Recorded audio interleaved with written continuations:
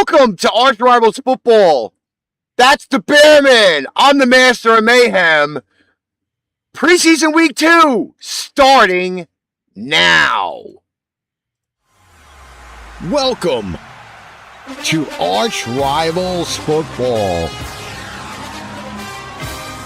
Here is your Archrivals Football starting lineup.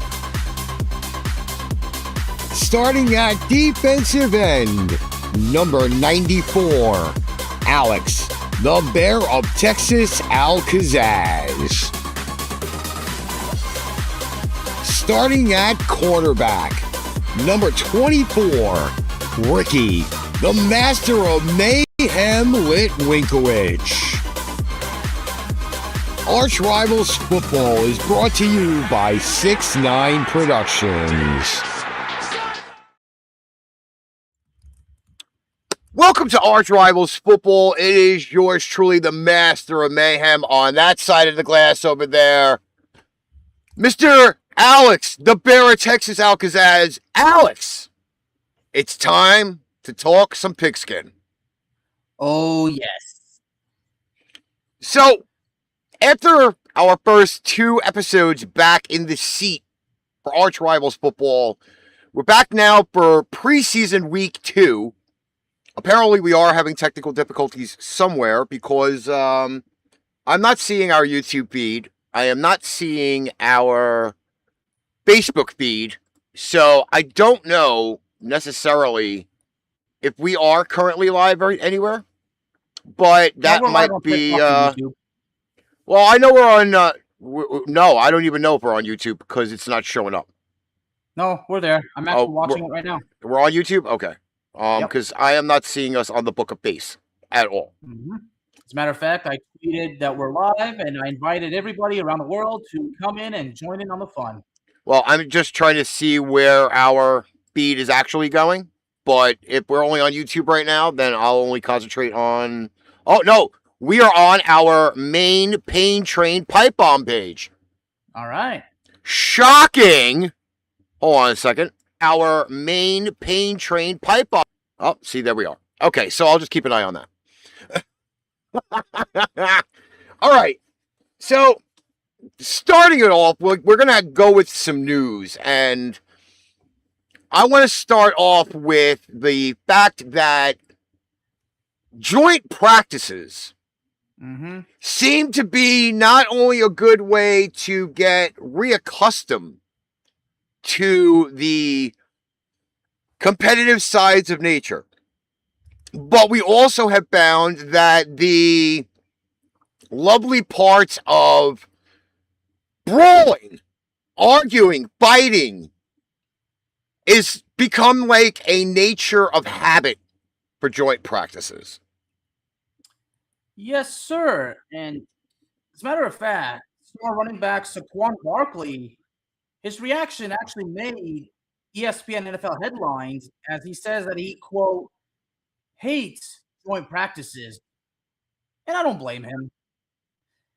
Because, Ricky, when there's a joint practice, there's a high percentage chance of what happening? I really just want to go out on a limb here and say that I understand the competitive natures of football. I totally understand the competitive natures. However, aren't we all just supposed to be getting along? Like, isn't the NFL, like, probably one of the biggest families in professional sports? Well, you think. But the fact that there was a brawl between the Dallas Cowboys and the New Orleans Saints, apparently it involved the son of a pro wrestling legend.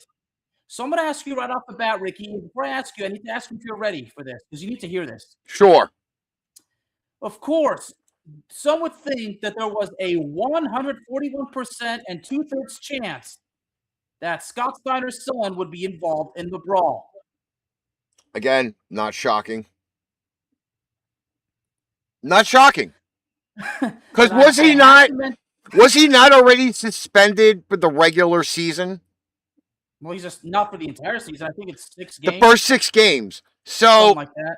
I understand your competitive parts on being on the New Orleans Saints, but bro, like seriously? Like what are we doing? I don't know who started it. I mean, the highlight is the fact that Scott Steiner's son German suplex a Cowboys player. Which to me, I'm kind of going to be with a lot of other people on this point. All right? So a lot of people are saying that he really should just abandon playing in the NFL. And become a wrestler like his dad. And just do like his dear old daddy and just go kind of ballistic on that point. Like, I really kind of, I'm going to be honest with you, bro. Like, I think it's that time. It is that time that he needs to just, further his career somewhere else and run with it.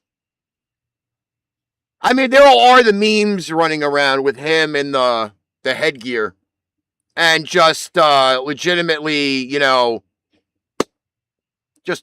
just go.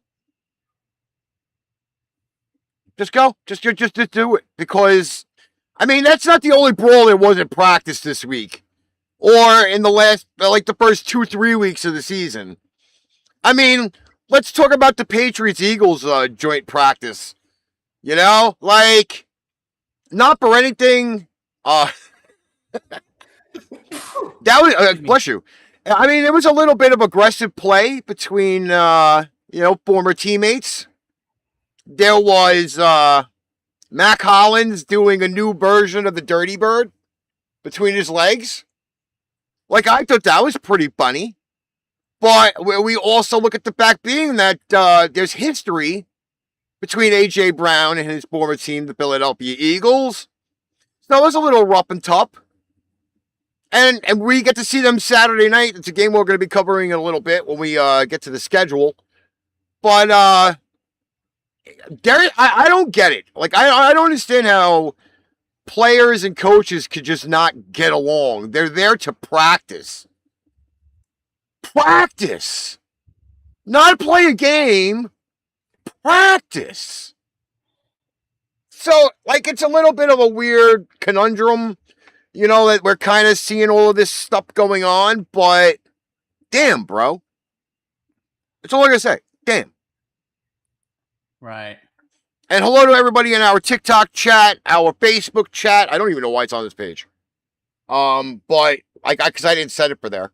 But apparently we are just going to be on Facebook and YouTube. And TikTok. And our lovely baby, 69 FM. The audio is live. Apparently my microphone is not live on there either. So another time that I'm not going to have audio on the station. I don't know why. Oh, but it's not coming up. Oh, wait, maybe it is coming. Oh, it is coming up. Never mind. Anyway. Yeah. It's just being ridiculous right now, not showing everything that it's supposed to be. In other news, Scott Steiner's son going into the pro wrestling business. So I guess we can say at WrestleMania, we're going to see Braun Breaker versus Brock Rex Steiner, or whatever wrestling name they give him. You know what? I hope at some point we see things like that. Family versus family. Although I think Scotty's kid is going to be better than, I think Braun's going to have a lot more fun if it's a family deal. I can only imagine dinner at fucking Thanksgiving, Christmas, their birthdays, like shit like that. But so I got to ask one more time. So if Scott Steiner's son enters the Royal Rumble, does he have a 141% and 2/3 chance of winning it? You know what? It's funny because they were using that with Braun. I mean, that math promo that Scott Steiner cut in 2008 is truly a work of art. And if I understand correctly, he didn't write the promo down. He just did it right out of the blue. Let's go to a different one. And for once, I don't want to talk about the San Francisco 49ers, okay? Of course you don't. I don't want to talk about them because there are way too many hurt people on their roster. However, other significant injuries from around the NFL, which, again, I'm going to say is kind of weird, but at the same rate, a lot of these are non-contact injuries. Obviously, playing fields in practice are not always on turf. They're on grass, which does raise a lot of significant questions. Chargers center Tyler Biadasz is out indefinitely after tearing his ACL during practice.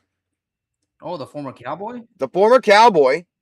And, Ravens center Danny Pinter suffers a torn patella tendon. Ouch. That kind of really screws the Ravens in a little bit because now Lamar's got to work with a new guy on the offensive line. Well, the Saints actually have issues of their own if you want to hear that. Well, Broncos are signing now safety Taylor Rapp. Lions are still dealing with a Sam Laporta hip injury. Yeah, they're not sure if he's actually going to make it for week 1. That's actually one of the headlines on ESPN. And if he was going to play. And in somewhat weird news that I actually have to talk about my fucking team. The Houston Texans lost their one of their top receivers in Jalen Higgins, torn ACL, out for the 2026 season. That's a massive, massive blow. Well, speaking of a massive blow, Alvin Kamara will miss at least 1 month with a right knee MCL sprain. Jordan Tyson, I think he was New Orleans' first-round pick, if I'm correct. Mm-hmm. Expected to miss 2 months due to a significant hamstring injury. And, like, I understand there are a lot of guys out in the free agent market. Obviously, I believe the Seahawks had signed somebody to play corner for their team yesterday. Trayvon Diggs, yeah, a former Cowboy. So it brings up a lot of questions, obviously. Seattle gets stronger, I believe, with getting Trayvon. But if he can stay healthy. The Giants traded away one of their offensive linemen to the Ravens because obviously with the injury to Danny Pinter, they filled in a spot. That was the first trade of the preseason. But I'm going to tell you this. So, out of all of it, I kind of look at the fact that injuries in the preseason are going to obviously change the way teams build their rosters. But can a lot of the teams that are in viable positions, now remember, we spoke about it, how the AFC was going to be stronger because we got returns from guys like Joe Burrow. We got returns from guys like Patrick Mahomes. Obviously, quarterback positions are going to be a lot stronger, but the structures underneath all of them, how do you feel like a lot of teams are going to be able to either compensate, or are these major blows to these teams? Well, there's no telling on how things are going to turn out because injuries, unfortunately, are part of the game. Some teams have it worse than others. Some players, unfortunately, just cannot stay healthy. Some struggle to stay healthy. Some simply just cannot stay healthy. And obviously, it's frustrating for all sides, whether you're a fan or, a sports journalist like me, or, same thing with you. But at the same rate, though, because it brings up a lot of interesting things. For example, the status of a Patriots wide receiver who has been legitimately listed as a major now trade candidate to go to the Houston Texans. And who would that be? That would be Mr. Boutte. Now, again, this has been rumors throughout the entire offseason. And now the fact that the Houston Texans lose that wide receiver, that could be very, very big significance in where he's possibly playing. Now, I'm going to go out and say it. The Patriots do have a very large wide receiver room. My question at this point is, has the price tag now gone up for Kayshon Boutte? Because if the Texans are losing one of their major weapons, obviously the numbers are pretty simple. Hello to everybody on our TikTok. Is this possibly now because there are major ties between the Texans and the Pats, especially in the front office? Do we actually see a trade like this happen? Or if the asking price is too high, do we still see Kayshon Boutte in a Pats uniform? The Texans obviously are going to want to make sure that they get a fair. Well, if they're going to make a trade, they want to make sure that it's good on their own, on their side. Now, the Texans will definitely going to have to deal with the situation. They're going to have to find a replacement, but if they can't make a deal with the Patriots, then, well, they got to find a team to make a deal with, or they got to try their luck in the freaking free agency, sign a quarterback off the couch. Well, if you really want to kind of think about it, they already lost out on Keenan Allen because he signed. Yeah. So, like, I know JJ Juju Schuster just got released. So that's a possibility. But I don't, I'm going to be honest with you. Since Juju left Pittsburgh, he has not been the same player. He's not. And I know there's a bunch of receivers that are out there, but they're not exactly in their playing prime. Right. And I mean, just think of it this way. A certain last name receiver, Hopkins, is out there, but he's not like a 25 to 40 snaps guy anymore. So I don't think DeAndre Hopkins is going to be an option. So you're going to end up having to make a trade with somebody. And right now, everybody in the rumor mill is pointing Kayshon Boutte to the Texans. It's just asking price at this point. Right. And if they can't come up with a deal, then if Juju Smith-Schuster is still available, then you might as well give it a shot. He was just released by the Giants. Again, Schuster's not the same player. He's not the same player. His numbers are not anything close. I mean, he was with Patrick Mahomes, and he did nothing. Right. So if you're not making even headway with Patrick Mahomes, obviously top 10 quarterback at this point right now. I'm not going to place him higher because of the injury. I want to see what happens with that. But it might be slim pickings out there. Well, we'll see. It really might be slim pickings out there. We'll just have to wait and see. So the injury thing is pretty much, that's going to be some crazy ass lovely things. I am just going to bring up some names and we're going to talk about that. Now, these are rookies experiencing their first run around in the NFL. NFL.com gave these grades, so I'm going to be a little leery on that because it's not overall grades. You always give your own grades. Everybody needs to keep that in mind. All right, so I'm going to go over a few. This one out of Detroit, right tackle Blake Miller was given a B+ grade. Showed quick jump set and strong punch, handling tackle and twists, and carrying pass rushers around in the pocket. And he had his first contact with Bengals defensive end Myles Murphy. Up or down on Blake Miller? Well, I'm optimistic, really. I feel like the real test happens during the regular season. I mean, the first test is to not only make the roster, but what position you're in. Like, are you a backup? Are you a starter? If you're a backup, are you actually going to still be put in from time to time and more often than not. It's kind of crazy but true at the same time. Then we have a wide receiver out of Pittsburgh. Now, mind you, I had said this before. After seeing the Steelers in the first week of the preseason, in depth wise, they are pretty deep. They are going to have a lot of tough decisions to make for their roster.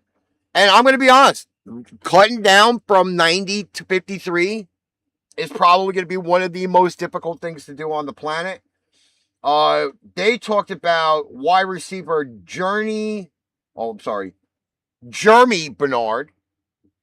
They gave him a B rating.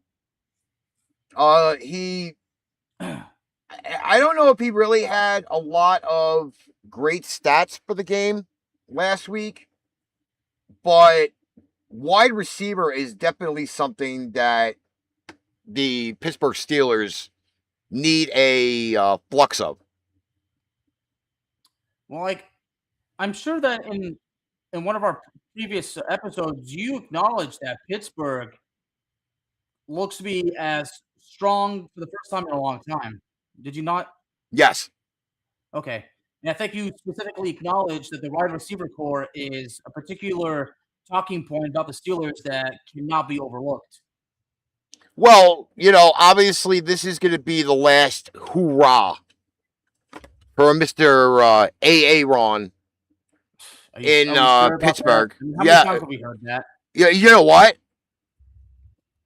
I think it's really time, if he is truly saying what he's saying, that this is the last hurrah. Let's go with the last hurrah. But one of the questions that you kind of bring is, can they put enough weapons around him when he was with the Green Bay Packers? Pittsburgh, he did not have weapons. Obviously, we can't even talk about the Jets because I don't think he was really even there long enough to really do anything significant. Right. So, again, you got to kind of think about that. But if they got some young guns and they could do things, then it would be great. They gave him a B rating. Colts and Pats featured one of their high draft picks, Gabe Jackas, and they rated him a C. Really? Now, I'm going to say defense is harder than offense.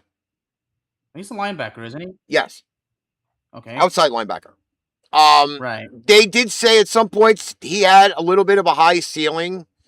I think this is a kind of a little bit of misrating because you're not really playing with all of your major starters to let this guy shine a little bit. The full package. You throw him out there, I guess, to get his feet wet. I mean, they rated him a C, though. I mean, he according to what they say here, he showed a lot of hustle, played 25 snaps on defense. He obviously ran after Anthony Richardson, and we can see how bad Anthony Richardson really is. Right. I think that ship has sailed in Indy. I would be cutting him and letting him go this preseason. I don't know if I'm really gonna. No, I'm talking about Anthony Richardson. Okay. But they gave him a C. Well, here's something interesting about Gabe Jackas. Well, part of his strength includes power and leverage, and that's a benefit because he was he's got an elite high school wrestling background. So he wrestled.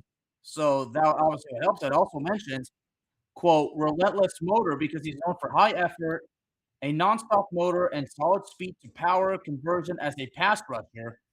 But his weaknesses include lateral agility and basically, can get caught playing too high or struggle to shed blocks against length when setting a firm edge in the run game.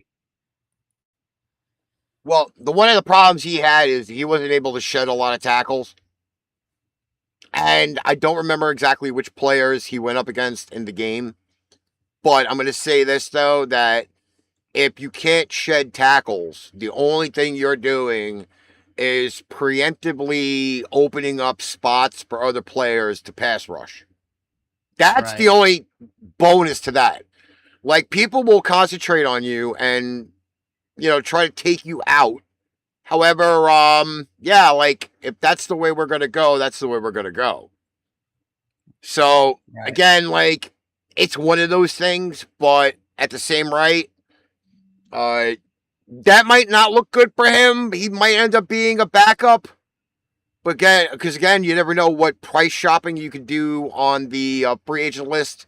I know the Patriots did look at 2 seasoned veterans to come in and take snaps and practice and try out. So we'd be kind of good on that. So, I'm kind of good with that. We're going to move to highlight players, and then we're going to start covering games. Fernando Mendoza. The number 1 overall pick. They gave him a B+. I just asked, did anybody get an A? Actually, I got an A- coming up. Okay. But they obviously say here he was 10 of 16, 97 yards, a touchdown against Arizona, which I don't know if I could really call Arizona as a litmus test. Okay, they are technically 1-1 in preseason this year because they did lose to Carolina in the Hall of Fame game. They did have a W last week. But he did look like a rookie at times. Yeah, again, I don't think people truly understand the difference in speed between college and NFL. I mean, it's a whole different world. Like some would say, going from college football to the pros. I mean, you're going from one league to the other, which is true, but it's a whole different world. The pros and the college level, you can't really compare them, can you? Because even the play styles are different. The environments are different. I mean, you're in the pros now, so. But this is also a thing that if the Oakland, I'm going to be forever calling them fucking Oakland. Thank you, Al Dape, you bastard. The Raiders. The Las Vegas Raiders. If they're going to be successful at a lot of points, they are really going to have put a clamp on this guy. They are going to have to get him more up to speed. Because if he's going to be taking over the reins at quarterback at some point, Mr. Mendoza is going to have to really probably learn on the fly more, be more learning on the job than anything else. Because substantially, how long is he really going to, are they going to really want to keep him on the bench? Right. If you could see flashes from preseason, okay, granted, again, you're all up against backups, but if you could see flashes of glory, how long do we wait? I mean, let's be honest. Come on. We know that Mendoza is going to be the starting quarterback. And have 2 horses at running back? That would be that would be a little insane, don't you think? Right, but the Raiders are willing to do whatever it takes to be a playoff contender, and then eventually work their way to a Super Bowl contender. The Raiders. Let's not tug the Super Bowl cape yet. Yeah, I know, but you get my point. The Raiders want to become relevant again. I mean, yes, they do, but let's kind of think about this, for example, okay? So you want to think of Super Bowl expectations, dreams, hopes. Unless there's players that somehow miraculously repeat what happened last year, I don't see it happening. Okay. for a really, really long time. I don't see it happening. Because, again, you have players now, and a shout out to another podcast that I listen to. There's a list of guys now that you're going to have to run up against in the AFC. I'm not even, like, let's not even think about the other side in conference-wise, okay? Let's look at the AFC briefly. Patrick Mahomes, Joe Burrow, Lamar Jackson. 3 right there, okay? 2 of them are in your division. Then you're also sitting there thinking about Josh Allen, Drake May, Justin Herbert. There's 6. You got 6 guys sitting ahead of you that are going to be in this league for a while. We're looking about longevity in career here. So unless you end up getting somebody like a Mendoza that's going to turn into a Josh Allen, or you're going to get somebody that turns into a Patrick Mahomes, the Raiders are going to really have to stack their team to be able to compete with everybody. Exactly. They're going to have to pull out a Patriots from the 2025-26 season in order to do that. They must be willing to take risks. Well, if they're going to take risks, I mean, they did draft more backfield help. I don't really truly know what their wide receiver core is like. Because from what I'm seeing here, I mean, the Raiders did get quite a few players last year. I think they got some in free agency as well. But, again, you are sitting in a division with the Kansas City Chiefs, the Denver Broncos, and the LA Chargers. So you are going to have to legitimately not beat up only on your division, but you're going to have to beat up on the rest of the NFL, and it's not easy. Right. It's not easy. So Mendoza's going to really have a really big learning curve, knowing of the fact of what he's going to be going against. I agree. He's got potential, but at the same time, the team is going to have to do their part. So you're going to have to do something about it. If they want to be relevant, well, then do something about it. Last but not least, on this list of rookies, believe it or not, the highest grade they gave was in San Francisco. You know, the 49ers MASH unit. I'm really going to end up having to make up a logo for them.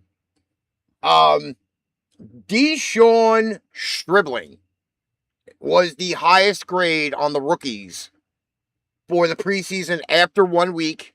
Well, technically a week in a game.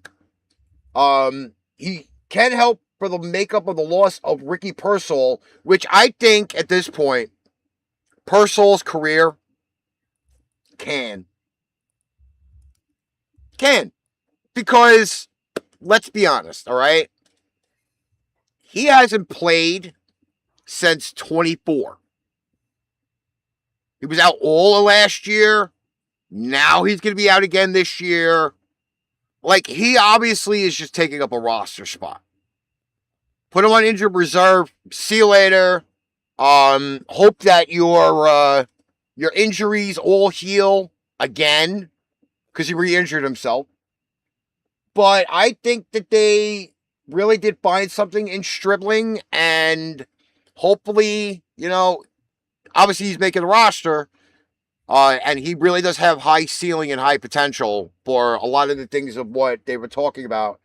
I mean, he also did have a 32-yard reception down the sideline on 3rd and 5. He is a very talented receiver. I give him that. No doubt about it. And coming out and taking a spot like that, I think hopefully, you know, he's not one of the ones that ends up in the MASH unit. That's what you kind of hope and pray. So, who knows? Who knows? I mean, you mentioned, the crowded roster, especially with in wide receiver position, because it's got the fact that there's two veteran wide receivers in the 49ers, and that would be Deebo Samuel and Mike Evans. And Mike Evans is still even hurt right now. So again, like it's gonna be who could step up next. And after seeing a lot of the wide receivers that we've seen come out of the draft recently, Malik Neighbors obviously is one that we hope and pray that he gets back to full strength and we get to see something of substance. But there are quite a few talented wide receivers that came out of the draft. Whether they were a high draft pick or not, it's something to see. It really is something to see. So I'm really kind of hoping and praying that we can kind of go that far. All right. Well, we'll see. We're going to take a brief little break. When we get back, we're going to cover a few of the games on the preseason schedule for week 2. This is Archrivals Football. We will be right back. 6ix9ine Productions and Pipe Bomb Radio NYC are proud to announce our partnership with Fanatics.com, giving you band merchandise from the NFL, the NCAA, Major League Baseball, the NBA, the NHL, Major League Soccer, International Soccer, the WWE, the WNBA, golf, NASCAR, and Formula One racing. Be sure to check out our link tree for our Fanatics link and many more of our other partners. Okay, we are back here on Archrivals. Down there is the Bear Man. Bear Man, are you ready to talk some games? Yes. Let's do this. Okay, so for the first time, I believe in the longest time, if not ever, the NFL has spread out preseason games across 4 days. So I'm thinking pretty much now significance of the way that this schedule kind of gets everybody ready for the spread out games on the season. We have 2 games tonight, being the fact that it's Thursday, we're recording this episode. Which one of these 2 games would you specifically want to talk about? Probably the Raiders and Texans. And which direction would you want to go on Raiders-Texans? Well, obviously for the Raiders, Fernando Mendoza would be a player to keep my eye out on, see how things go. But overall, it's the Raiders as a team, how things function. But I also feel the same way about the Houston Texans. I don't expect Stroud to play, but I wouldn't be surprised if he maybe appeared for a drive or 2. But I think also, as far as the Texans go, because they just lost a wide receiver, I feel like we're going to see, who else can possibly make an impact. But then again, are the Texans really going to rely on like a third string or a second string to fill in the shoes of the player they just lost due to injury? Well, again, now it's the next man up theory. I do agree on the Mendoza thing. I want to see first off, I want to really see how long they actually play him. I think that's the bigger key out of all of it, is they really want to see how long they're going to play him. Right. If they play him a half, instead of just the, 10 attempts or 16 attempts or whatever, I want to see him actually throw the ball. But I also do want to see the development to see if we're going to see a very larger jump in the backfield. Because I think last year, that was one of the things the Raiders really fell on deaf ears with. Okay, yeah, granted, broken jaw fucking Geno Smith was quarterbacking last year, and he poo-pooed after being in Seattle and having a flourishing career there in Seattle. Weapons obviously were different, offensive line different. But I think that's one thing throughout the preseason that we're really kind of seeing is the fact we're seeing more running game. And I think that's one of the things that the Raiders, if they want to be successful on offense, they have to step that up, not 1 notch, but 2. Definitely. And they did just draft a running back who, let's be honest, if they can make a 1-2 punch in Vegas, then I see it as beneficial. But wide receiver at this point, I don't think wide receiver is really going to be anything unless, again, depending who's behind center, that's going to make a difference. Definitely. The running game has got to be worked on. And a lot of teams are currently working on the running game. So, yeah, I think we're kind of successful on that spot. Definitely. All right, we're going to move to Friday. Now, we have 3 games on Friday. We have Jets Steelers. We have Panthers Jaguars. And Packers Broncos. Now, the crazy thing about this is, and I kind of noticed it before, but I really wasn't going to kind of run into it because it's not the regular season and my numbers are not prepped yet. They actually put betting lines on the games for preseason. And surprisingly enough, they have Denver against Green Bay at -6 with an under-over of 40.5. Now, Bearman, we obviously saw how strong the Broncos were in the first preseason week, and we saw how terrible Green Bay was the first week of preseason. Give me a little bit of a outsight on this. I think you mentioned, I think it was the last episode, that things were not looking good for Green Bay, right? No. What do you think Green Bay's record will be after six games? I'm going to be a little vague on this because I really tremendously haven't looked at Green Bay's schedule yet. Let me see if I can. Well, I'll tell you this. No matter how bad they are, I still don't think the Cowboys will beat them because the Green Bay Packers can be at their worst, and they can still beat the Cowboys if the Cowboys are at their best. But the Packers, we mentioned, I think the problem is in the wide receiver core because I think the main thing we talked about is the lack of a number one receiver, right? All right, so I will surmise this. And mind you, I'm barring this with them being fully healthy. I know they're not going to be fully healthy, but based on their roster, okay, they're thin at wide receiver. If Josh Jacobs is not back, they're going to be thin in the backfield. Yes, you got Jordan Love. If he could, screw his head back on properly, Jordan Love is definitely a top 15 quarterback. Notice how I didn't put him in top 10. I put him in top 15.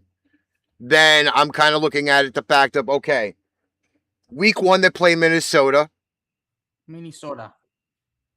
Again, we have the Kyler Murray, J.J. McCarthy thing. A lot of players, we don't know status on whether they're retiring or they're still playing. That's going to be a toss-up. Okay? Mm-hmm. I'll go with the edge of Minnesota at home because it is a Minnesota home game. Then they play the Jets week 2. We know how much of a catastrophe the Jets are. Okay? Just in the season, right? Yes. So I would say they go 1-1 in the first 2. Atlanta, it's Jordan Love versus Tua. I will give the advantage to Jordan Love. Obviously, Tua and Jordan Love, totally different wavelengths. But I say the Falcons beat them. So they're 1-2. Tampa, they would be 1-3.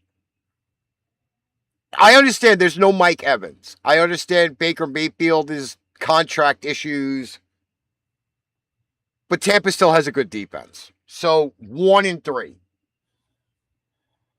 Bears, Packers, game is in Green Bay.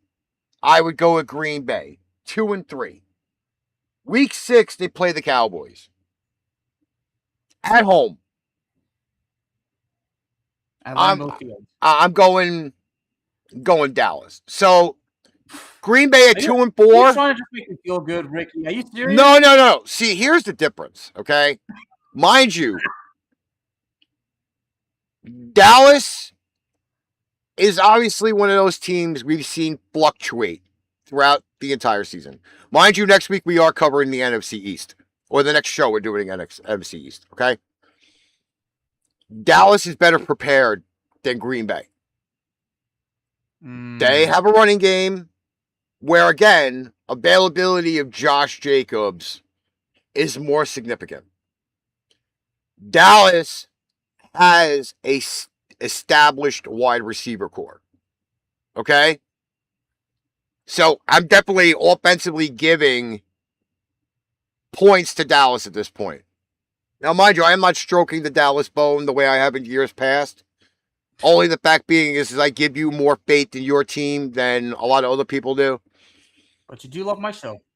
And to be honest, if we're going to look quarterback-wise, I'm going to have more faith in Dallas than I will be in Green Bay.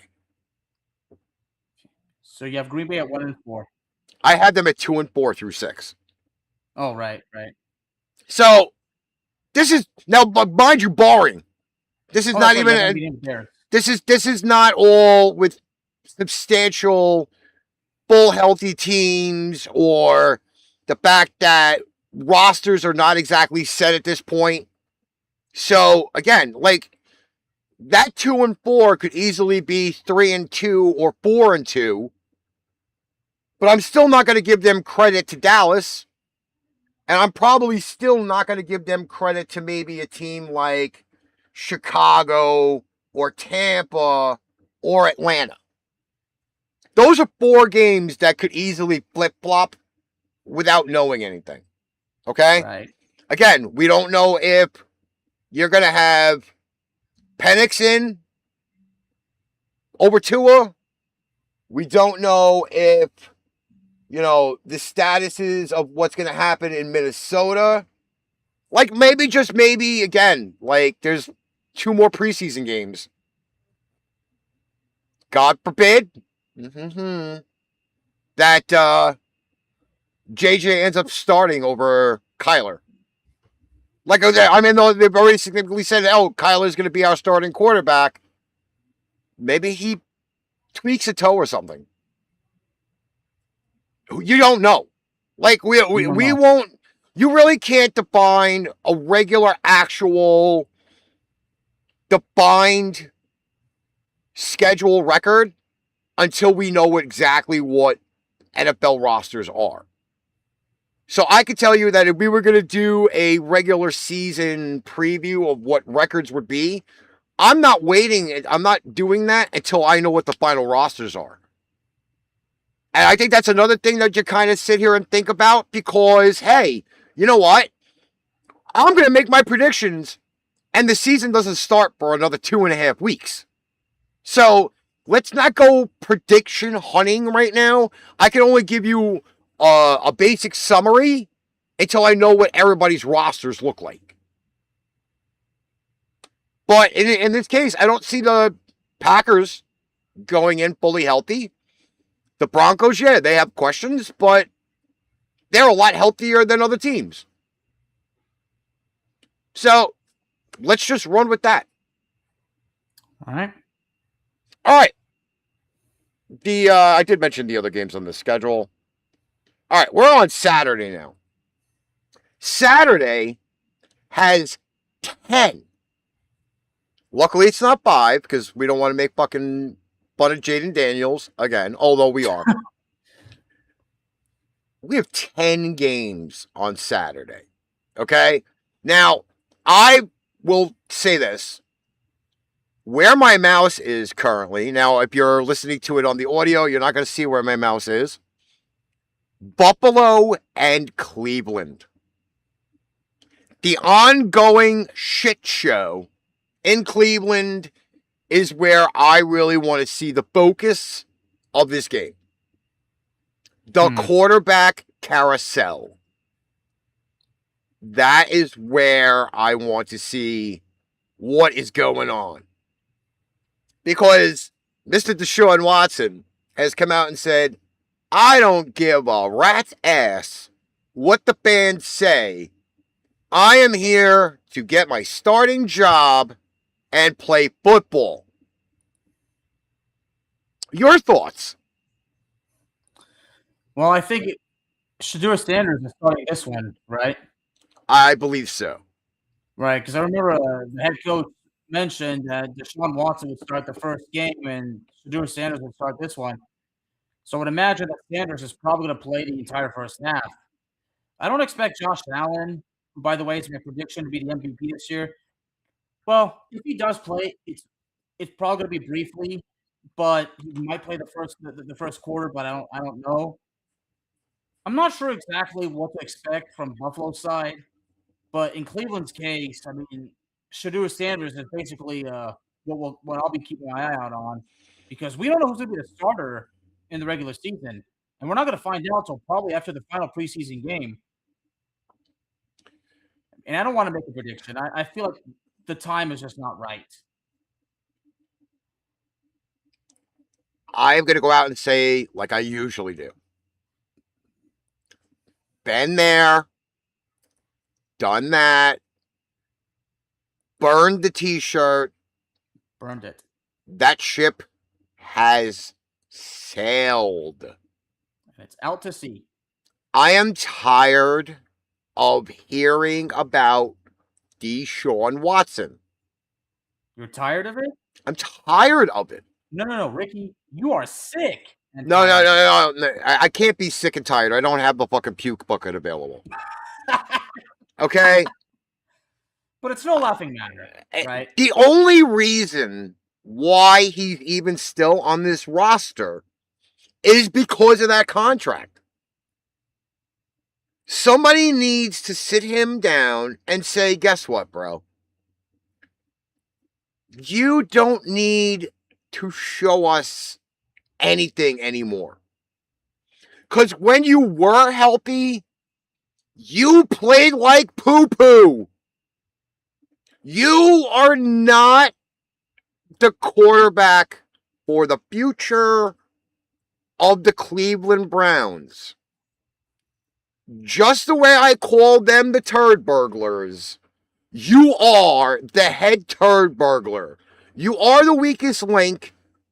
Sit your pathetic ass down on the bench, carry a clipboard, play with the fucking tablet, and that's it. Maybe turn the tablet into an Etch-a-Sketch.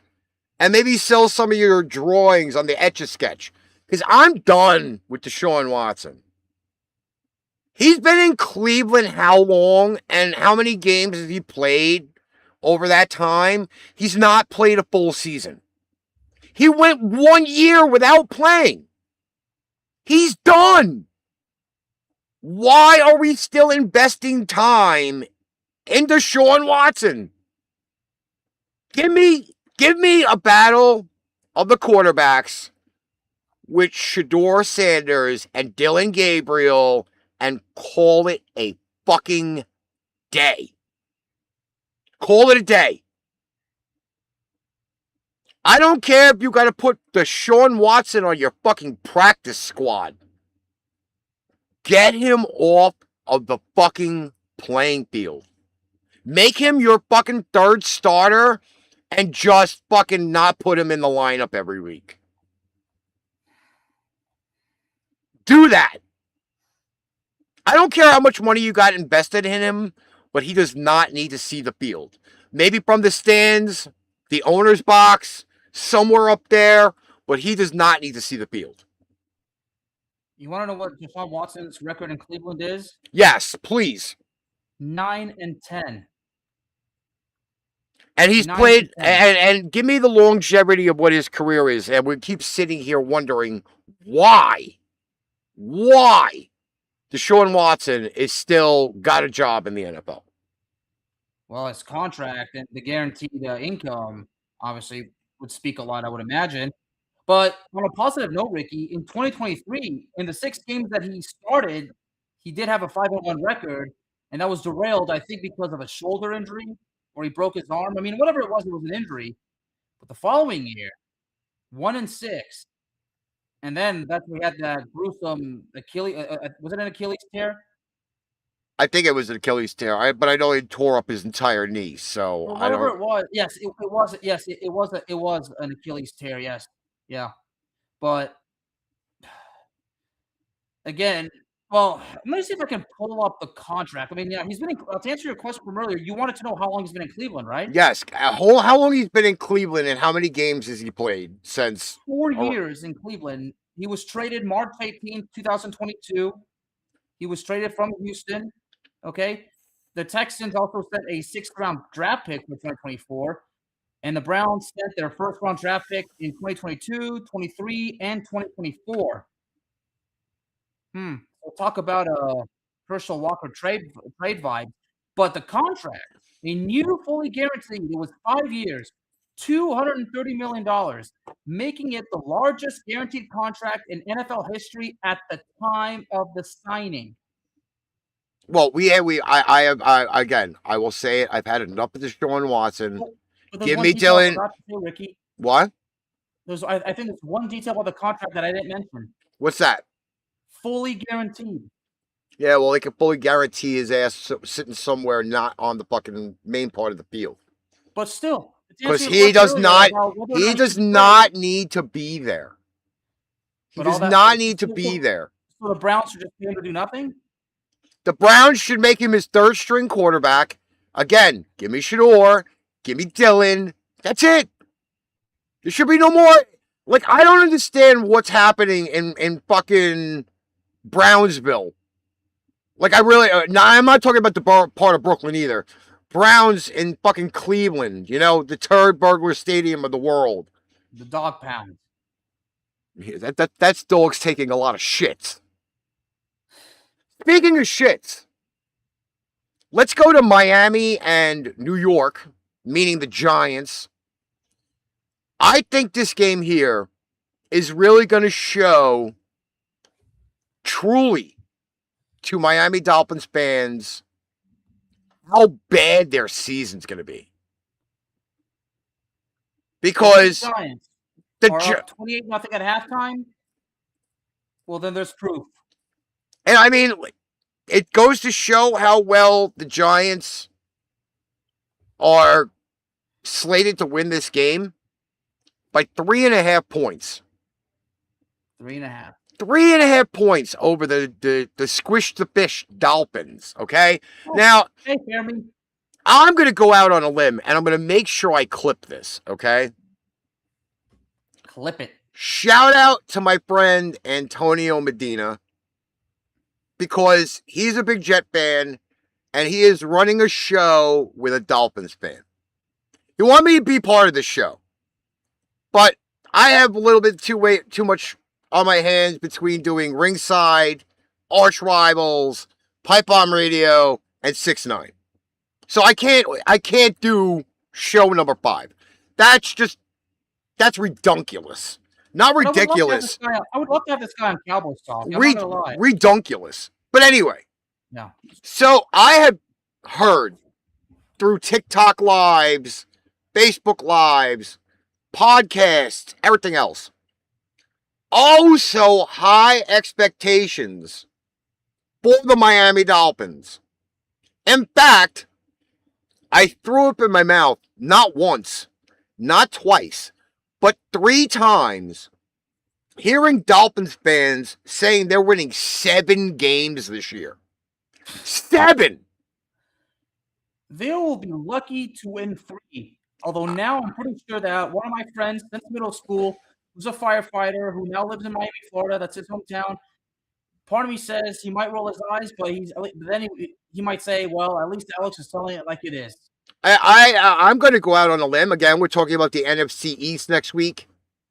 I have the Giants at 9 wins, which is obviously more than they've had recently, especially since the year that they went to the playoffs, which was what, 3 years ago? Yeah. Right. So when they upset Minnesota, that's when Daniel Jones was still the quarterback. I have higher expectations for the Giants. I do not have higher expectations for the Miami Dolphins. I am sorry to tell you, Dolphins fans, And this is not coming from the Patriots side. This is coming from two different sides.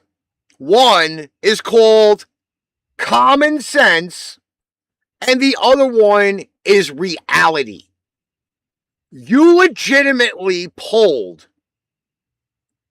a Florida Marlins / Miami Marlins deal with your Miami Dolphins. You legitimately gutted your team and have legitimately probably one of, if not the biggest cap deficits currently right now on your roster. Now, unless you go dumpster diving like the New York Mets, you're not going to have very much success on your team this year. Please do not give me the Dallas Cowboys line, oh, this is our year. Because you're just going to make me pull out not one, not two, not five, fuck you, Jaden Daniels, 10 puke buckets for every Miami Dolphins game that I have to watch this year. Please stop living in that fantasy world where you think because you got nobody on your team, you're going to win 7 games. Not happening. The Giants will win more games than the fucking Miami Dolphins will. All right. Going up one game because they are legitimately right above us. Saints and Rams. Now, obviously, we saw a lot of tussling going on. A lot of tussling. And obviously, the Saints are going to have a lot of question marks. And I think the Rams still have some question marks. Depth at wide receiver. Now, I heard this rumor going around. I have not seen anything definite on this. But there is a rumor going around, and it's not Aaron Donald, that the Rams are possibly signing Stephon Diggs. Did you see any rumors about that? Because I've seen rumor, but I've not seen any definite story, news, insider saying anything about Stephon Diggs signing with any of the teams yet. I have not. And we talked about wide receiver earlier, and I'm kind of glad that I didn't mention Stephon Diggs because, let's be honest, prima donnas are not a dime a dozen, and apparently wide receiver is the new prima donna spot in the NFL. But could you possibly see Devontae Adams, Puka Nacua, and Stephon Diggs on the LA Rams? Well, to answer your question, no, but expect the unexpected, right? Exactly on that point. Exactly on that point. It happened. We're gonna talk about it here on the show, obviously. I will do an emergency pop-up live if that happens. Here, right? What? Whose opinion is gonna matter? Listen, at this point right now, again, we are a show of fans doing it for fans. And I'm going to tell you, you hope and pray. And I'm saying this because we've lived it before and we're probably going to live it again. Okay? The all-star team of football. That's the way we're going to look at this. We are going to revisit that Eagles team that had a Pro Bowler at every fucking position. I mean, for the record, Ricky, I predicted that the Eagles would return to the Super Bowl last season, and that didn't happen. As a matter of fact, I had the Eagles and the Bills in the Super Bowl last season, but that didn't happen. But again, if you go back the Deshaun Watson years, Deshaun Jackson, I'm sorry. I got that fucking asshole stuck in my head. The Deshaun Jackson years when they had everybody there. And they were like, oh, we got a fucking Pro Bowl all-star team and they went 8-8. Oh, in 2011, yeah. So let's kind of think about that perspective now. How much more pressure the LA Rams are going to have if they end up bringing in Aaron Donald, if they end up bringing in Stephon Diggs. That team, if they lose a game by even 1 point, will be massively featured under probably some of the most high-powered microscopes on the planet. I'm talking like astrophysics fucking microscopes. Because if that's the case, they bring these two guys in, they should probably be on the run for the undefeated season at that point. I know it's not going to happen. But, again, like the Rams are going to end up being the LA Dodgers and the New York Yankees of the NFL. Don't LA teams right now have other problems? I mean, especially the situation going on with the freaking Lakers. And there's a lot of teams that are kind of like in flux right now because of certain investigations and stuff like that. So that's probably going to feed in a little bit to a lot of different things. But I'm going to tell you, though, like, we move on from the Saints and Rams to Philly and New England. Obviously, these teams have played each other after the Super Bowl. The results were not pretty for either team because either team goes up and down every year. This game here on the schedule has Philly actually favored by 2.5. I am going to go on a little bit of a hunch here. The Patriots in the preseason, even though they had a tie, and it's only because they missed 3 field goals, I think they're in a better spot than Philly currently right now. We're not going to see AJ on the field. I can guarantee you that we're not going to see AJ on Saturday. I mean, it's not like we have to, right? Well, it's not the fact that we have And to. I'm not saying I think we it's. don't want to. I'm saying, like, does he really need to? Like, I think the only reason why we see AJ Brown on the field is he gets a few reps with a quarterback in live game action instead of having the fact of just doing the intra-squad practices. Because obviously, again, I've said it before, I'll say it again. Practice is not real game action. Okay? preparation. When you do 7-on-7s or 6-on-6 or however you want to fucking throw everything out there, okay? There's not real contact. And you're not really put in real game situations and conditions. I think your friend just joined the live. That would be Mr. Medina. He missed my rant on what Mr. Medina, what by I the heard way, yesterday. I extended an invitation that if he wants to come on my Dallas Cowboys podcast, he's more than welcome to. But I'm going to say this, okay?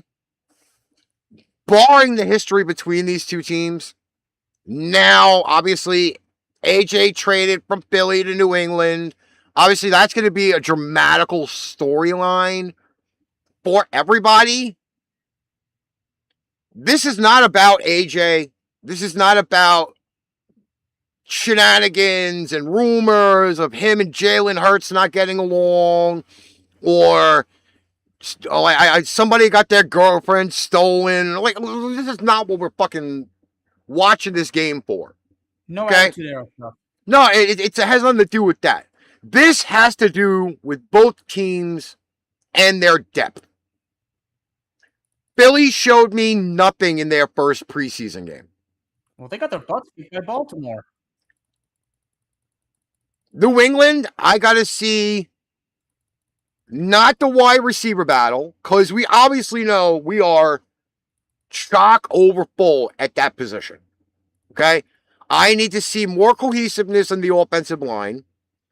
And I need to see my backup front seven, not my starting front seven, my backup front seven, be very viable against somewhat of a potent Eagles offense.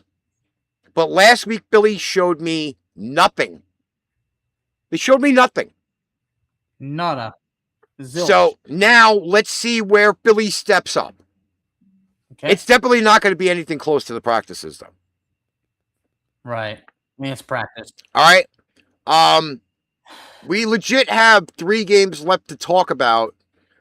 Obviously, we're going to talk about the Seahawks and Titans. Let's jump over to your Cowboys and the Cardinals. Wait, my Cowboys? They are. You do cover them on your Cowboys Talk podcast. Yeah, and before anybody gets their panties in a bunch, I more often than not criticize and bury the team. So don't expect me to do the whole Cowboys Nation. Oh, this is their year. This is their year. It's not their freaking year. Shut up. Enough. All right. Well, there were some positive things about Dallas' first game against Seattle. Of course, I talked about it on my podcast. It's called Cowboys Talks, and I would strongly recommend that you listen to it because that's one of the few Cowboys podcasts in the world that simply tells the truth and basically does not give a damn if Cowboys Nation gets butthurt because screw them anyway. They can't handle the truth. But obviously, the main talk on that one was the undrafted receiver, rookie, Camden Brown out of Georgia Southern, who obviously had a great game. But the headlines around him go to training camp because he had been making an impression. So that's one. But there's bigger news surrounding the team as of late, Ricky, and I think you know what that is, right? What would that be? The signing of Von Miller, which, by the way, that news came after we did our episode on Sunday, and I already done a Cowboys Talk episode that day, so I did that episode. The Von Miller signing is great, especially on paper, because it's a 1-year deal. Von Miller has nothing left to prove. He has got nothing left to prove.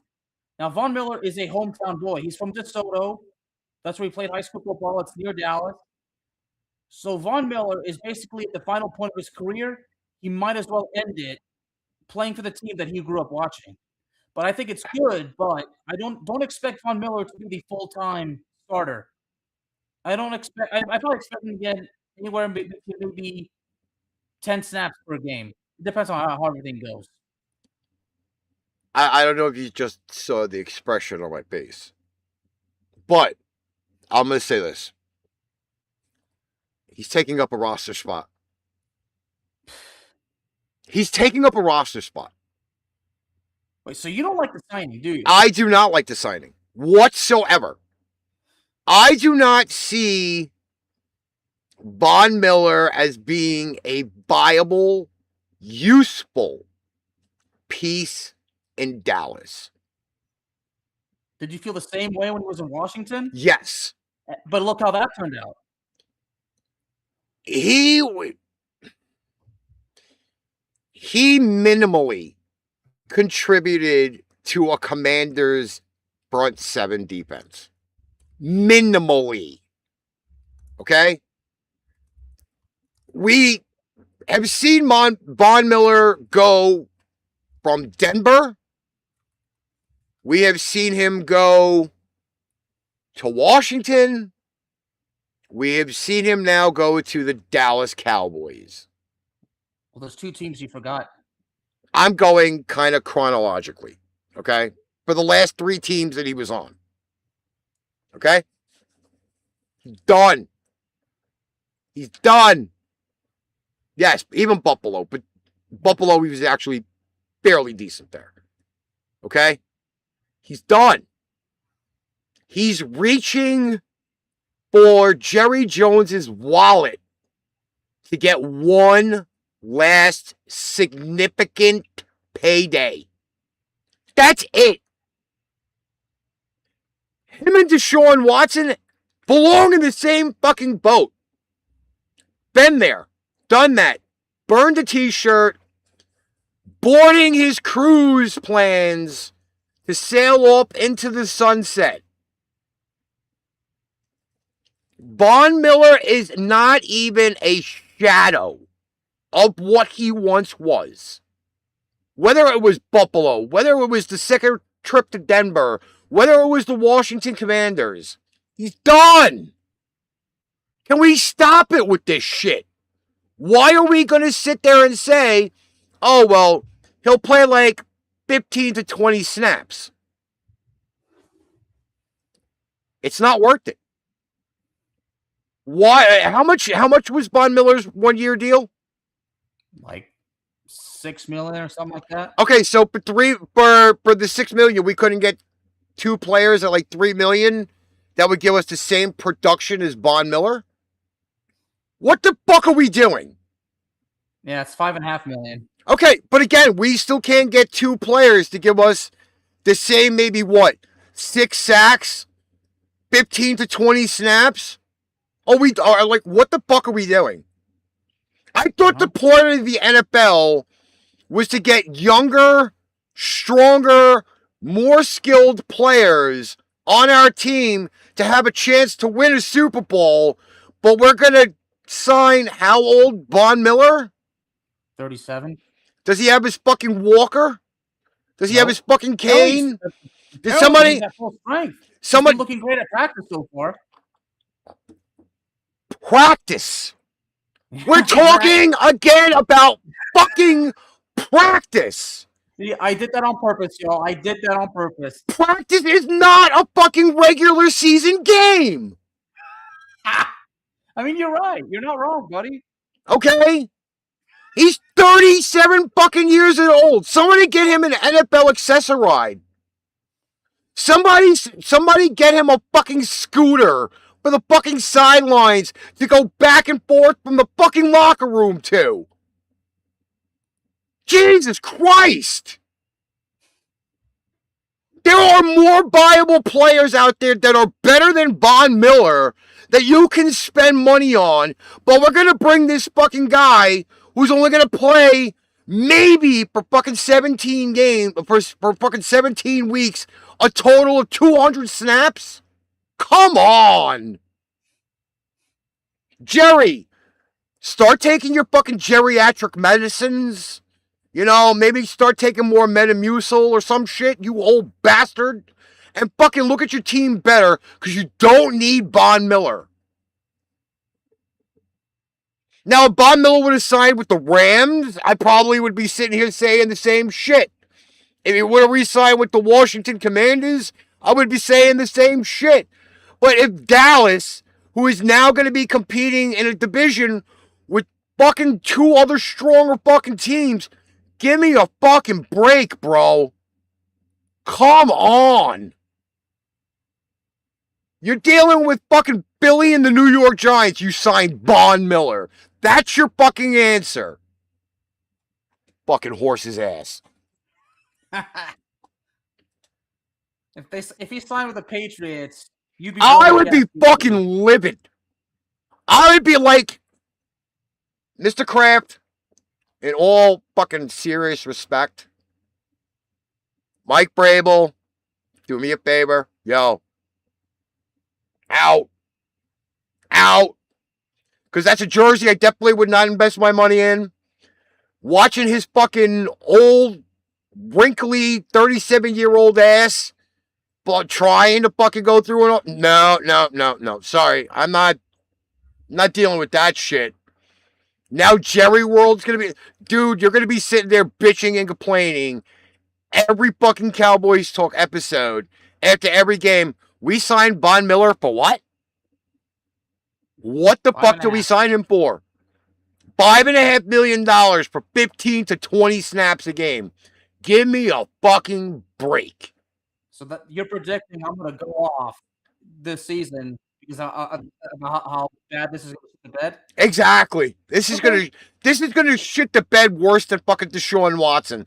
This is gonna shit the bed more than the fucking Kyler Murray, J.J. McCarthy battle. This is going to shit the bed more than we having to see the Miami Dolphins play 17 games this year. This is the list of what we're dealing with the entire season. My God, I got mad in the preseason. Imagine me fucking talking in the regular season. Holy crap.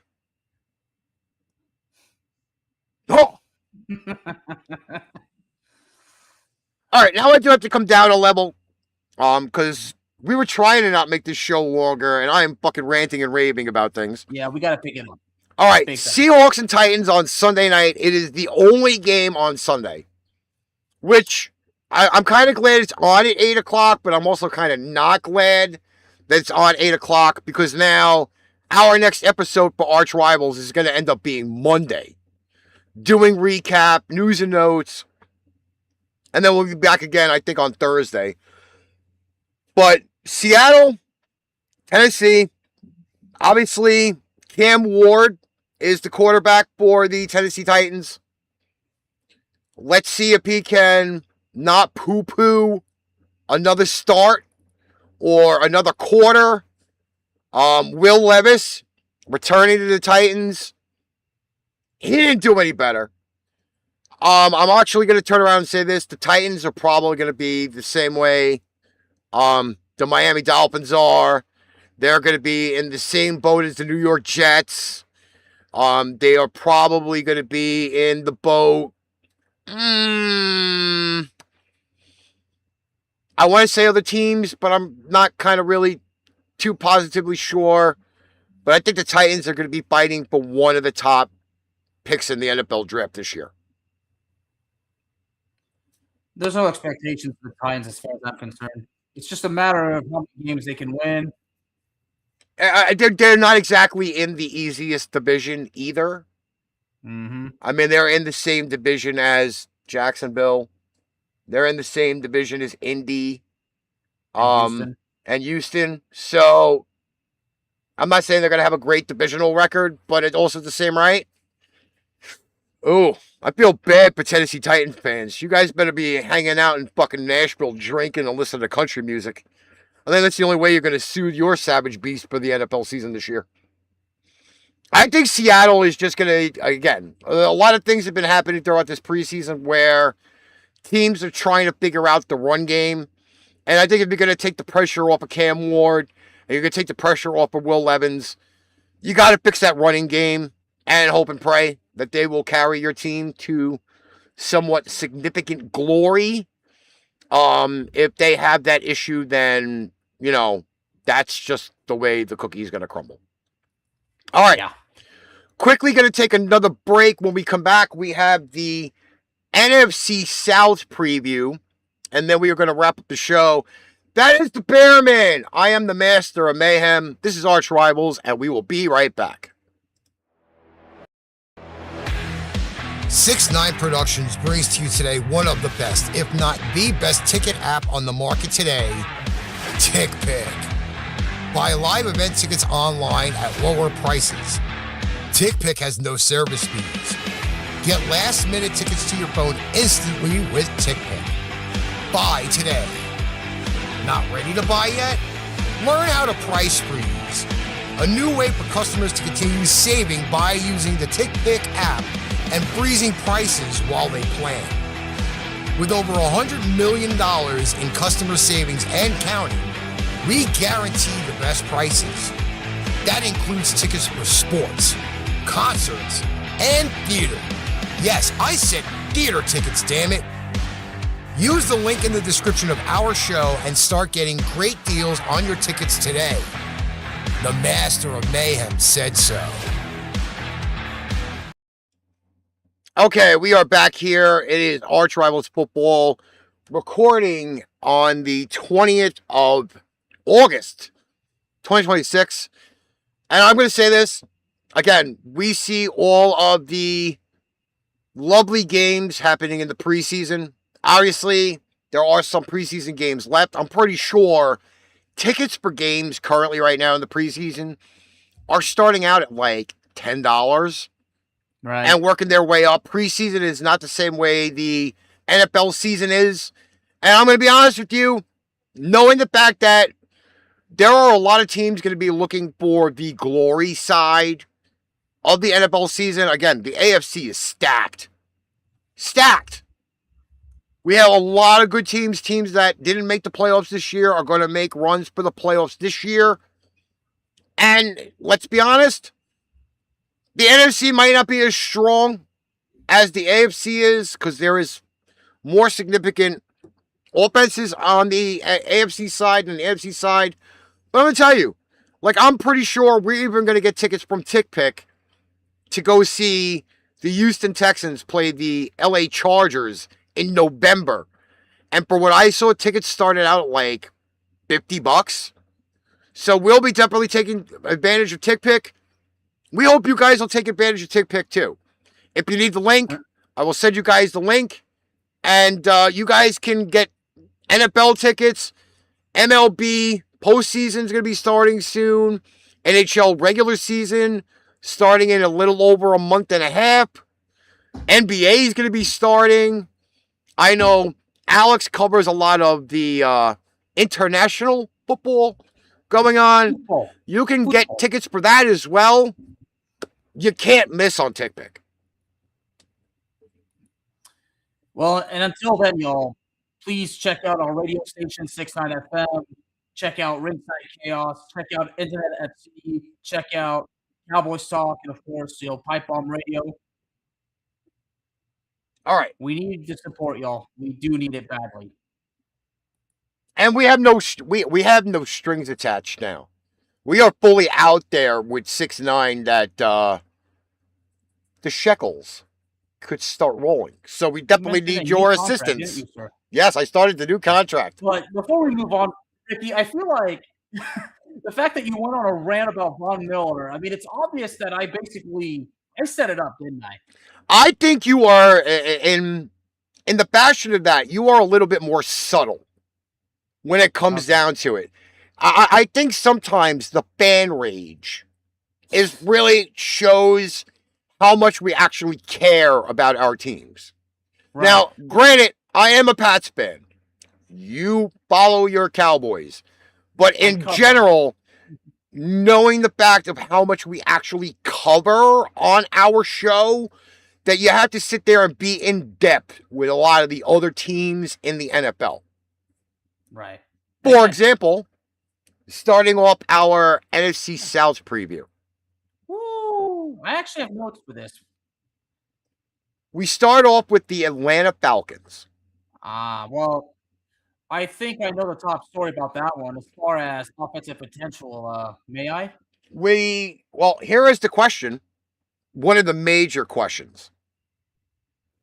The Kevin Stefanski era begins.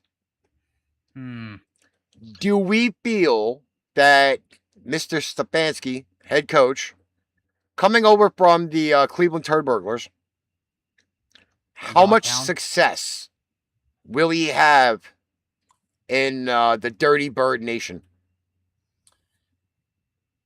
The answer is very subjective, Ricky, because we've seen many times a coach go from a bad run in a team, he goes to another team, and it's totally the opposite. Like, he goes from bad to good, right? Mm-hmm. But how many times have we seen it go the other way around? A coach has a good run, decides to take a job elsewhere, and that craps to bed. That happens too, right? Yes. So that proves how unpredictable the NFL is. But I've had to say many times, see, I used to run a show called The Sports Verdicts. I mean, it's still there, but I just won't do it anymore because it's too much. And Ricky did warn me, but thankfully I finally listened. Anything can happen. But the problem is Atlanta has already some issues right now, especially right now, the uncertainty of what we expect from the quarterback position because Penix is still hurt, right? As far as I know, I know he's eligible to play, but like you said, like we're dealing with Tua and Penix. Uncertainty, and also for the fact being is we kind of have a case history on Tua. Like we still have a lot of unknown with Penix. Right. If that makes a lot of sense at all. But like there's a lot of questionable things that we have to kind of look at. Well, first of all, sorry I interrupted. I thought you were done, brother. No, go ahead.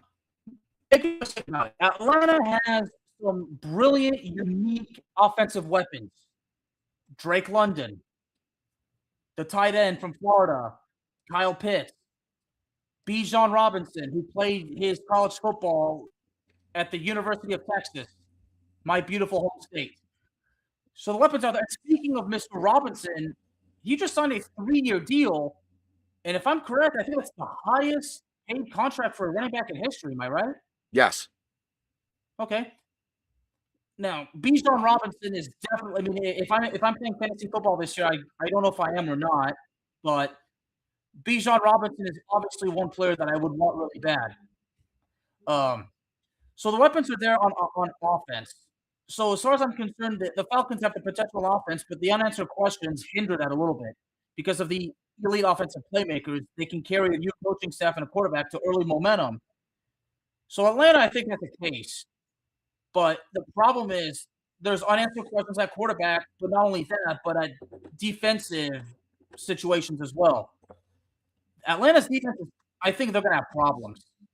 So, Well, but, again, let's just also mention case history about the NFC South.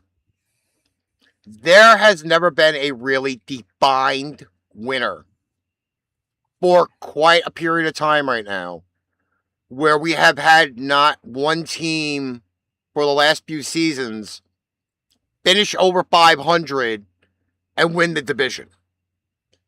The last time that actually happened, there was a quarterback named Thomas Edward Brady that actually had a team over 500 that significantly won the NFC South.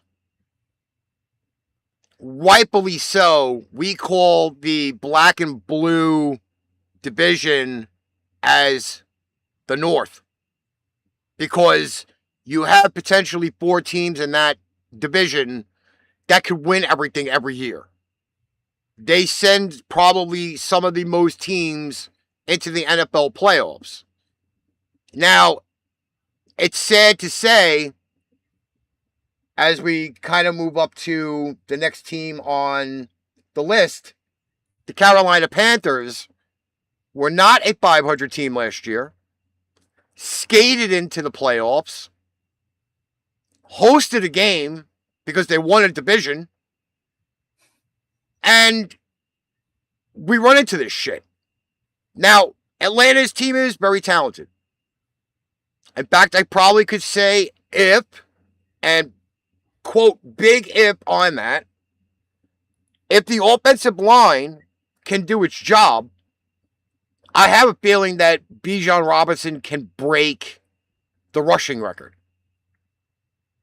Unlike fucking Saquon had the opportunity to do it, and he was like his panties were up his ass. He wasn't doing anything.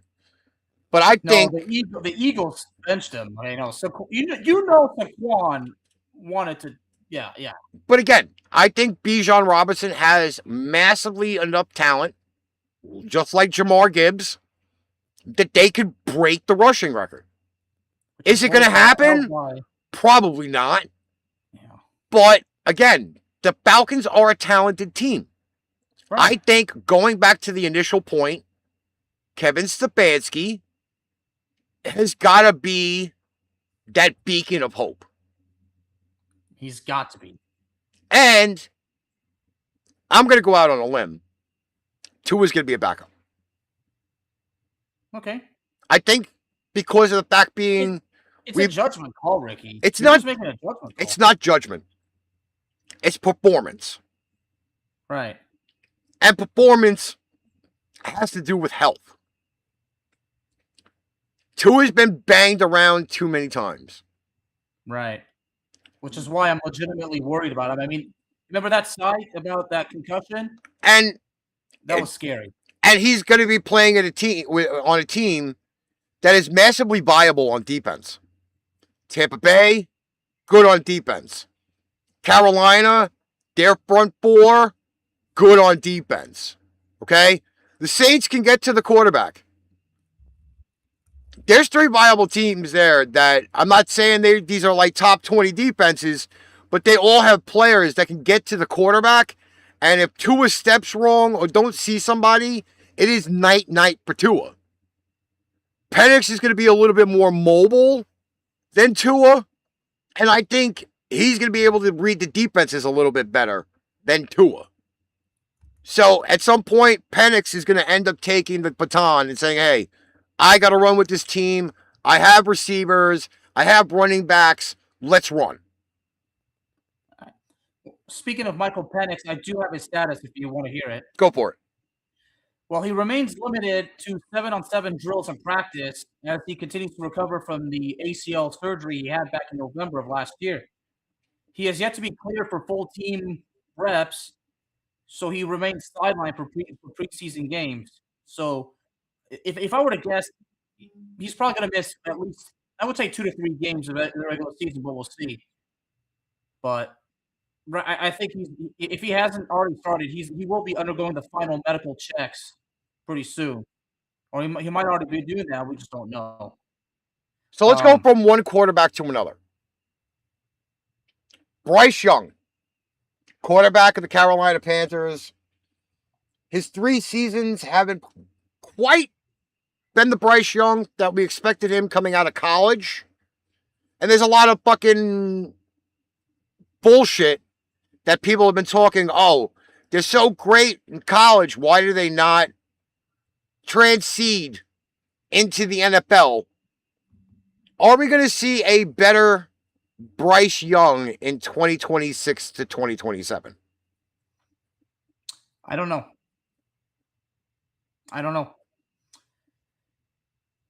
We were shocked when they won the title, and I think they became the 3rd team to win a division with a losing record. Am I correct? Yes.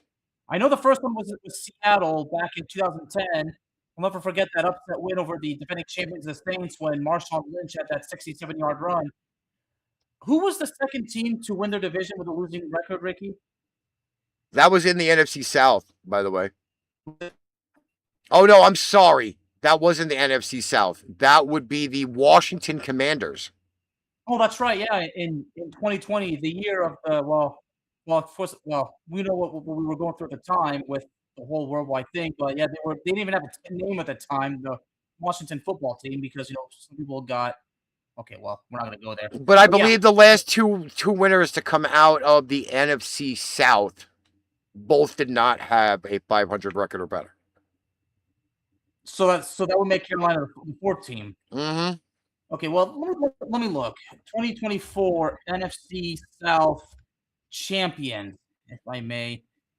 No, Tampa did win with a 5. They were 10-7. But I believe the last few did not have 500 record or better, because it all depended on games that ended at the end of the season. Right. But the South is notorious for having the topsy-turvy. And one of the other things that I'm going to see here is, and I spoke about this just now, defense. Defense wins games. And they just signed Jalen Phillips, 4 years, $120. They just signed Devin Lloyd, 3 years, $45 million. Lee Hunter, 2nd-round pick out of the draft. Compliment to Derek Brown. That defense is going to be ruthless. Well, you mentioned Bryce Young. He's in his contract year, I think. So he's definitely got to step it up. Otherwise, Carolina, although I don't think they're going to be very high in the draft unless any of their trades for draft picks were very high, they're not going to. They're going to be in the middle of the pack in the draft. So this is definitely going to be something you're going to be looking at long term if Bryce Young can succeed. And now we can't blame defense, because now the defense is built a lot better than... Well, I could actually say maybe go back to the Kevin Green years in Carolina, how ruthless that defense was. Reggie White was also on that team. And that defense was pretty sick. I mean, the years of one of the best defensive linemen ever, Julius Peppers. Mm-hmm. Of course, what was the other one? The linebacker, what was his name? retired due to concussion problems. I thought that was Kevin Green. No. Anyway. Kuechly. Yeah, that's right. Luke Kuechly. Luke Kuechly, that's it. Okay. Last thing we got to talk about on Carolina is their run game. Apparently, Rico Dowdle had a 1-year extension. Chuba Hubbard, over 1,000 yards. Jonathan Brooks only played 3 games in the first 2 years due to 2 ACL tears. And then they also brought in A.J. Dillon as insurance for experience. So that's going to be, I think, another thing. Again, Carolina in preseason games need to focus on the run game. Right. All right. I'm not going to go very much into New Orleans because it's not something I really get. Oh, excuse me. Tiring day. Well, there you go. You just proved your point. The Saints are not something I really get to see a lot of. I'm going to be honest.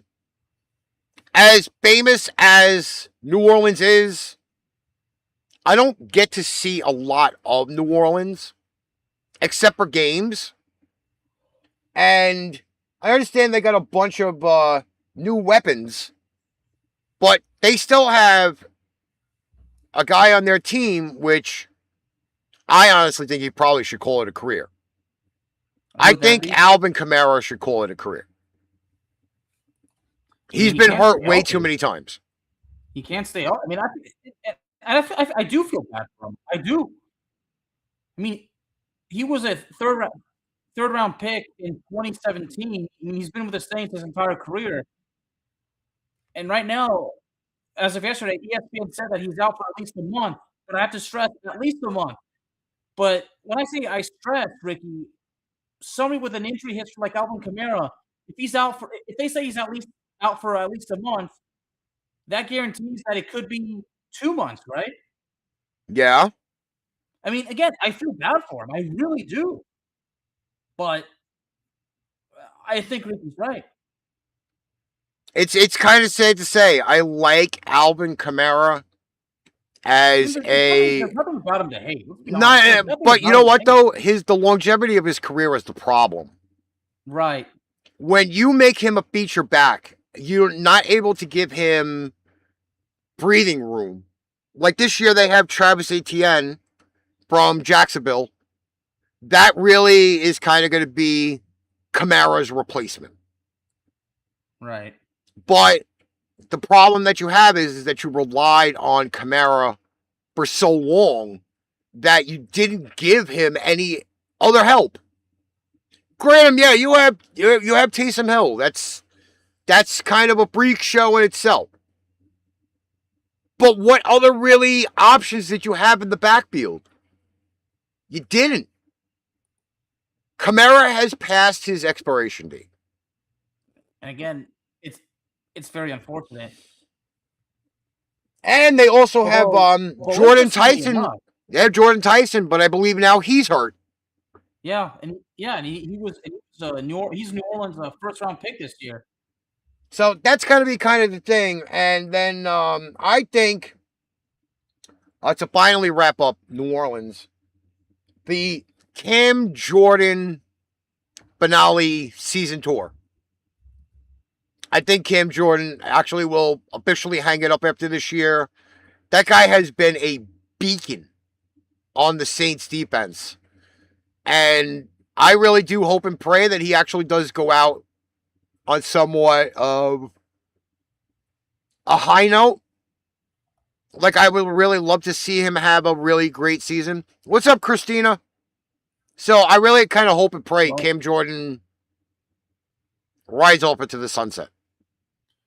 He's been in the league since 2011, so if my math is correct, he's entering his 15th season. And he's one of the best defensive ends of his generation. I mean, he's a legend for the Saints. Over 130 sacks, 17 forced fumbles, 12 fumble recoveries, 3 interceptions, one of which, well, he had a defensive touchdown. I don't know if it was a pick six or a fumble return, but he's given the Saints everything he has. So I think at this point, yeah, this season has to be his last. I mean, he's 37 years old, so he's the same age. He's been in the league. He's been in the league as long as Von Miller. But again, he has not had the same career as Von Miller. Right. He has been more reliable than Von Miller. He has stayed true to the team he has played for 15 seasons. Right, and back in June he signed a 1-year deal to remain with New Orleans. So that would indicate, yeah, he's going to play his final year in New Orleans. The contract he'll probably sign next is the 1-day contract, so he can retire as a member of the Saints. Well, we know one contract that might be in flux. Great transition. Moving to Tampa Bay.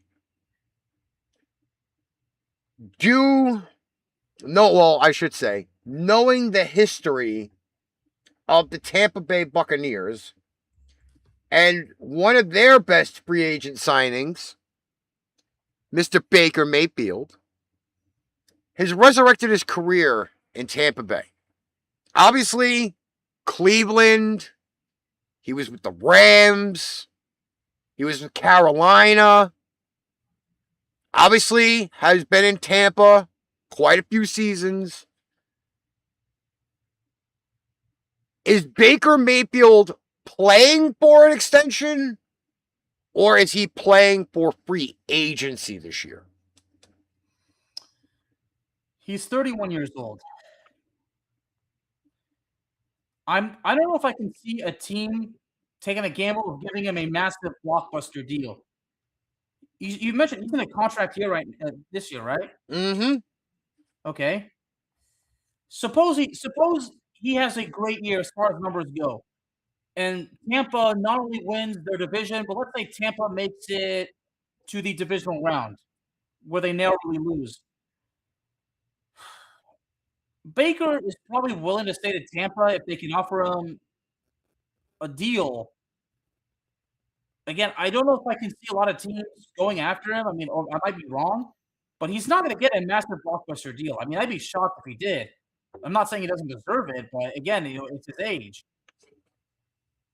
See, I have to say on this side, he's 31. Okay?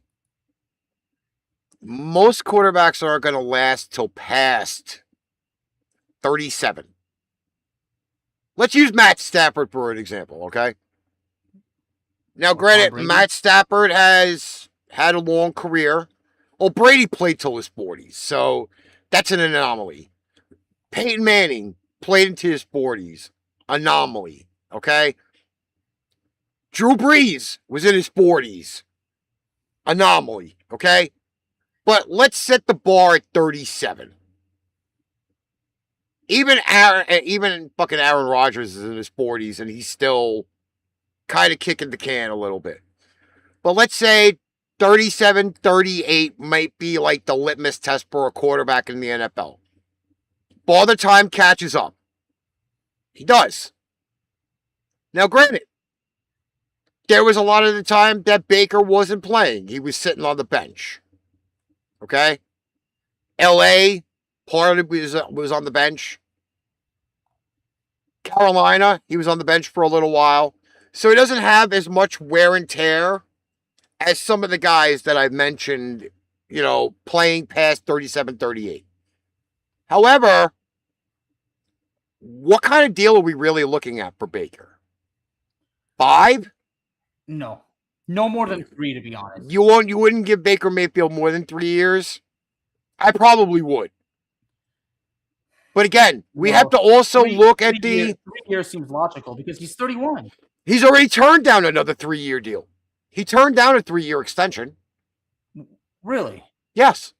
Okay. He is basically, to me, he's basically playing for a payday. And I'm going to be honest with you. There are going to be a lot of teams looking for quarterbacks. maybe, just maybe, let's think of quite a few. Tennessee, Miami, the New York Jets, Arizona. Those are just 4 teams right off the top of my head that I'm sitting there thinking, hey, you know what? They really don't have future on any one of their teams.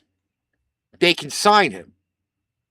Let's say the Bryce Young experience doesn't work out. They decide to move on from Bryce Young.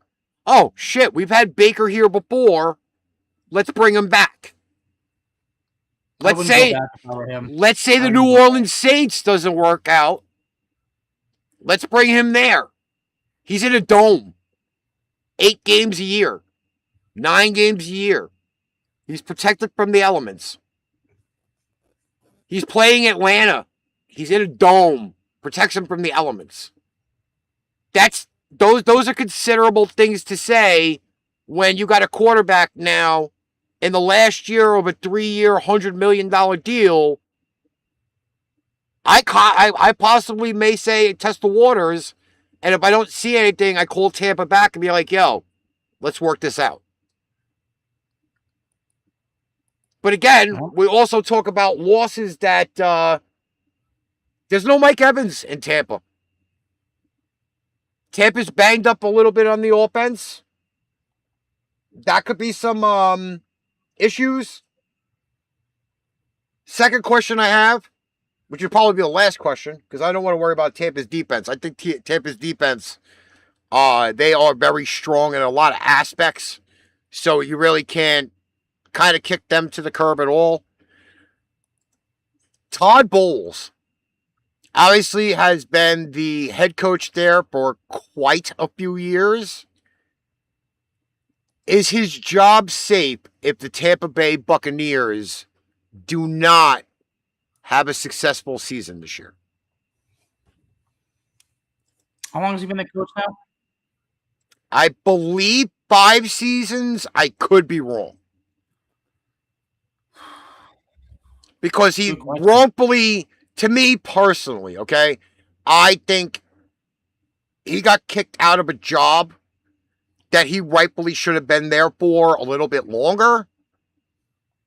But Todd Bowles, I thought at some points was doing a good job as head coach of the New York Jets. He's just not really an offensive guy. He is a defensive guy. So, again, is his job safe if they have anything from, let's say, a 500 season or worse? Medina, that is absolutely your opinion, but I had to look at it differently than you did. I mean, Bowles several years in the Jets, and is that the job you mentioned that he was kicked out of? Mm-hmm. I mean, what was his record with the Jets? I think his job with the Jets was, the way I like to say it, premature ejaculation.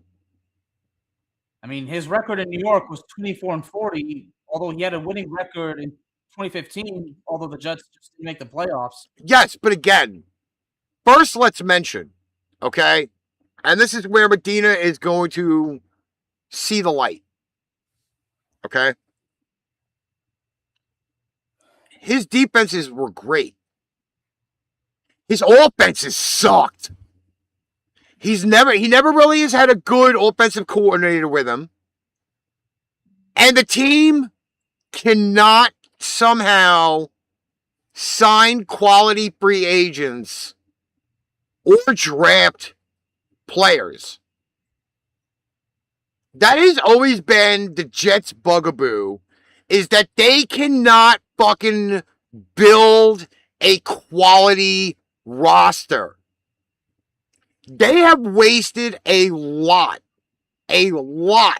of defensive players' careers because they can't draft, they cannot do great in free agency, and they've not had good offensive minds on their team.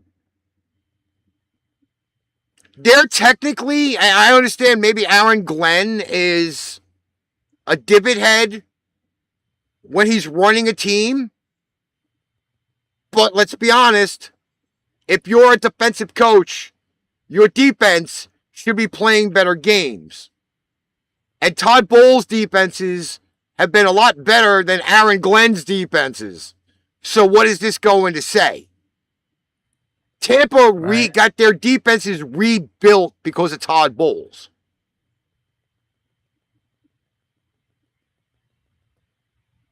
But again, Todd Bowles, to me, has to have at least a 500 season or better to keep his job. I agree. Tell Matthew I said hello as well. But again, Baker Mayfield's going to be a big key for Tampa this year. I know the arguments people are going to have about Vita Vea, whether he's still going to be there past the trade deadline this year, whether he signs his contract extension. That's going to be a big issue. But I think Tampa's defense is going to be good. The question is, can Tampa put up points? Right. But the NFC South is a legit black and blue division, probably just as worse as the fucking NFC North. Well, it says here that reports say that he did agree to a 1-year, $30 million extension. Who, Vita Vea? Yeah. Well, then that pretty much answers my question about how strong that defense is going to be. Because Vita Vea is a very big cog in that defense. He clogs the middle, and you just can't argue about it. No, so I think Tampa's defense will be more than well off. Definitely. All right, Alex, we've covered the NFC South. We've covered our games. We went a little bit over. Give them the outro, and we will wait for our lovely Monday edition. Well, ladies and gentlemen, we thank you so much for tuning into this edition of Archrivals, the third episode since the show was relaunched by Mr. Ricky Litwinkowicz. It's available on Spotify. So, of course, we're going to need you to hit that subscribe button as well as that notification bell. We're also on Apple Podcasts. We're also on Apple Podcasts. All right. So thank you for clarifying because I wasn't sure. But also, please be sure to check out our radio station, 69 FM, our website, Life365, and the TuneIn app. And while you're at it, also check out our merch shop, 69.threadless.com.